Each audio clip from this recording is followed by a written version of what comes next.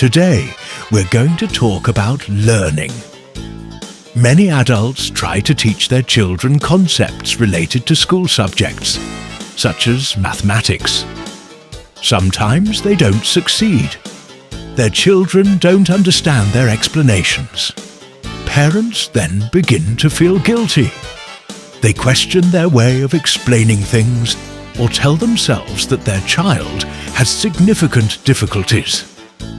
Sometimes some parents even think that they don't know how to communicate with their child. This can create a stressful environment for both parents and children when it comes to studying. Rest assured, this is not necessarily your fault or your child's. It may be due to the gap between your child's current knowledge and the new concept you are trying to teach them. In fact, in order to be able to tackle new knowledge, children must already have mastered all previous knowledge. This knowledge is learned gradually, from the simplest to the most complex.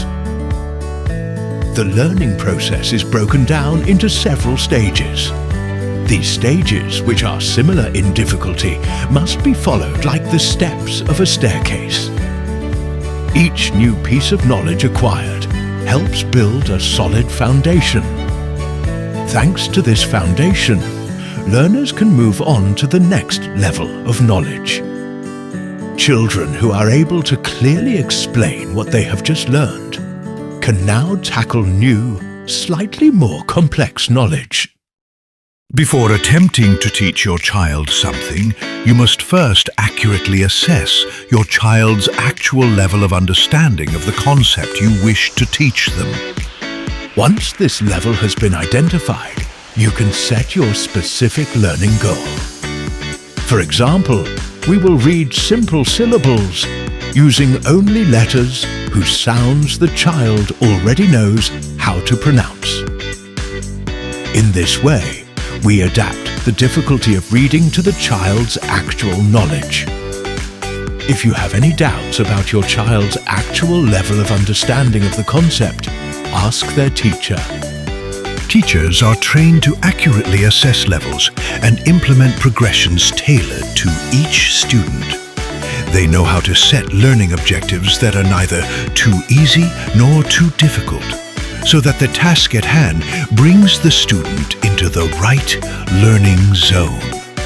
This zone is called the zone of proximal development.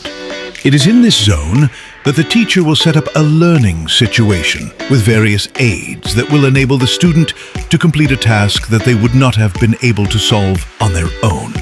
The task is reasonably difficult, the challenge is surmountable, and the student can solve it with the various aids provided. If, even with the various aids, your child is unable to complete the task, it means that the task is in the break zone. In other words, the zone that offers unattainable goals given the child's current level.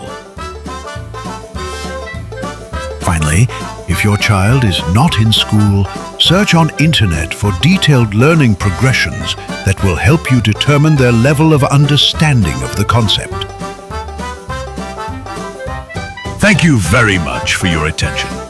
Follow our Happy Studio family page to see our upcoming videos.